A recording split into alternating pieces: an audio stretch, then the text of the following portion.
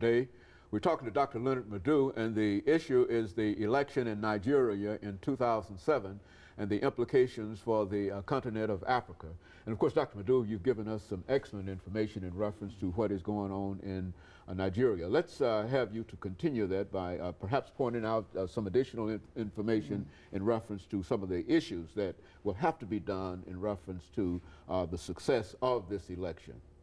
And like from where I left off before, I talked about the need, for an agricultural revolution in order to help, the country to start an industrial revolution. Because where you don't have an agricultural base, it's difficult to sustain your industries. That's been the problem, not only with Nigeria, but most African countries. So that has to be emphasized. For example, a state in Nigeria called Kwara State, a few years ago, imported a whole lot of farmers from Zimbabwe, white farmers from Zimbabwe, to come to farm in the state. Here is a state that has a lot of money. What does it take to teach your own people to use, mechanized agriculture and all that, instead of importing workers again when you have to work in agriculture? Exactly. When you might be able to justify it in some other areas. Absolutely. Absolutely. Absolutely. It didn't make sense. Okay, it didn't make sense economically and of national pride. It doesn't make sense. Okay, that's number two. Number three, healthcare. It has to be modernized. For example, a few weeks ago, the vice president, the outgoing vice president, Mr. Abubakar, sustained a knee injury. In his house, he had to be flown to London for knee surgery. Oh, why not in Nigeria? He's been vice president for 8 years. So apparently he didn't think of the necessity of having a well-equipped hospital in his own country or in his own state. And now he flies off to London. He flies off to London to have a knee surgery. Every time members of the government get sick or sustain an injury, they fly overseas, okay, for hospitalization. I personally think that whenever a president goes overseas for medical treatment, I think it's a question of national security. Okay? A president sitting in a foreign hospital with foreign doctors and knives over him, it's a risk to national security. Okay, so I think this new president should, make it as a national priority to equip the hospitals the country already has to first class. It doesn't take anything to do. Much money has been stolen that could equip the hospitals in the country. Okay, this has not been done. And it's a disgrace that the governors and everybody else should be leaving the country to attend medical checkups and et cetera, The average person in the country can't even buy a bottle of Tylenol comfortably. But then a governor can come here 12 times a year and doesn't think about it. It's comfortable with that. Okay? So this must stop. The new administration must emphasize the need to modernize the healthcare as a matter of urgency.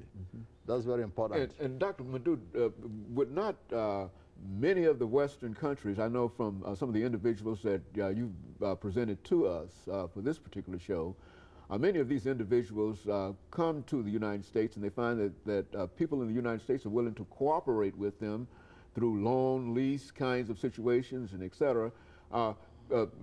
Does that seem to be a viable method whereby Nigeria might be able to move forward in a real sense, especially in the areas of medicine, education, agriculture, and et cetera?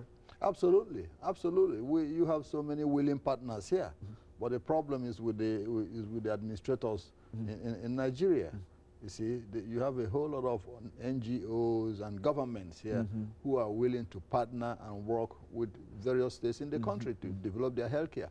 For example, our own governor here in Tennessee is willing to travel to Nigeria and some African states to form partnership with the state.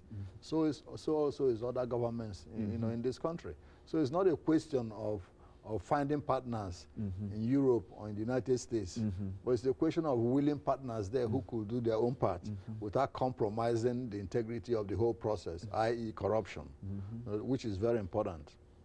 Now, the fourth modernization that I want to emphasize is tourism.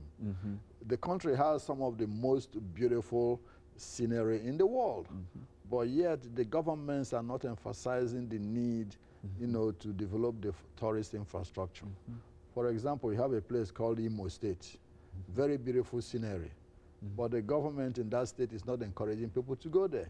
A whole lot of the slave, houses, are in Nigeria. In Badagry, Opobo, Eket, Brass. Which would be a very, very attractive kind of thing to a large number of individuals from the United States and other Western countries to go back there. Absolutely, absolutely, and put money into those states. The governments are not encouraging that. For example, we hear about the Elmina Castle in Ghana and the Christian Borg Castle in Ghana. A whole thousands of tourists flock to Ghana every year to visit this. These things are available in Nigeria, in southern Nigeria, but the governments are not emphasizing tourism. A predominance of the countries in Europe, 40 or 50% of their economy depends on tourism. You see, because they encourage tourism. A small country like Bahamas, people go to Bahamas every time for tourism because they develop the infrastructure for tourism. So the government should, as a matter of urgency, develop the tourist infrastructure. The country can't depend on oil forever. So the economy has to be diversified. And tourism is an important, segment in this process of diversification. Dr. Madu, but what with the very structure of the government, federalism with states and national government, would the national government, some of the state governments be somewhat jealous if the national government start talking about tourism, for example, and pinpoint their particular states? I mean, how would these states react to that? Would they be willing to be cooperative with the national government dealing with all these areas? Well, I think the initiative has to come with the state governments, insofar as tourism is concerned. Just like in this country, the state of Tennessee promotes its own tourist agenda, regardless of the federal government. The federal government has its own tourist agenda. If you want to visit the Washington Monument and all that in Washington, but if you come into Tennessee, exactly, you have Opry Land and all this. This is a state business.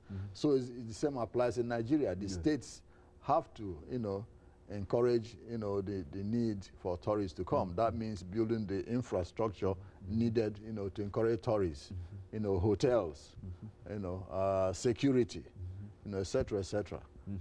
And so all of these things, and so Dr. Madu, I think we have about 3 minutes before we end the show for today. But let's give you an opportunity to sort of summarize and perhaps break some new ground in reference to some of the things that you would like to see as a result or the implications of this particular election. Well, I think insofar as it's a historic elections, I think the new president, what I want to see is for him to build on what has already been done, regardless of how imperfect the present system is, but it can be perfected. The United States has gone through over 200 years of perfecting the government, adjusting and readjusting. So I think we are still in the learning process. Most of our people are impatient anyway, but you don't blame them. But at the same time, I think this is an opportune time for Nigerians to build on this democracy. In 4 years, I think we'll have a better election. In 8 years, I think we'll have a better election. And I'm optimistic, despite, being cautiously pessimistic at the same time.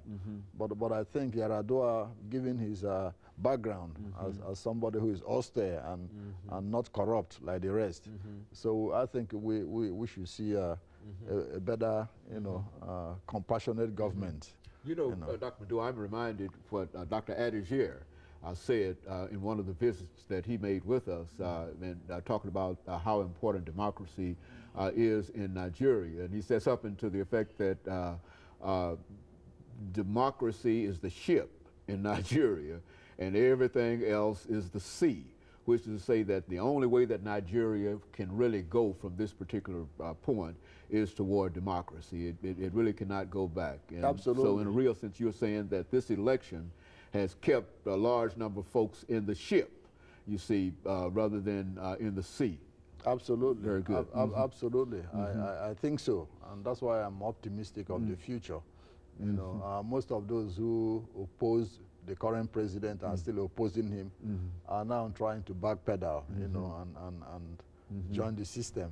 And try and help to perfect it than tearing it down. Very good. Always easy to destroy than build, so it's difficult to build, but we're in the process of building, which needs the patience, of everybody. Very good. And of course, Dr. Madu, let me thank you for bringing that excellent information about the elections in Nigeria and additional information and about the implications that this has for the continent of Africa, because as we've said, you've given us so much excellent information prior to this time, and I know that it has gone far beyond this particular station, and so we expect this information to do the same thing. And of course, let me encourage our audience to tune in again next week for another informative edition of Comments. Thank you and good morning.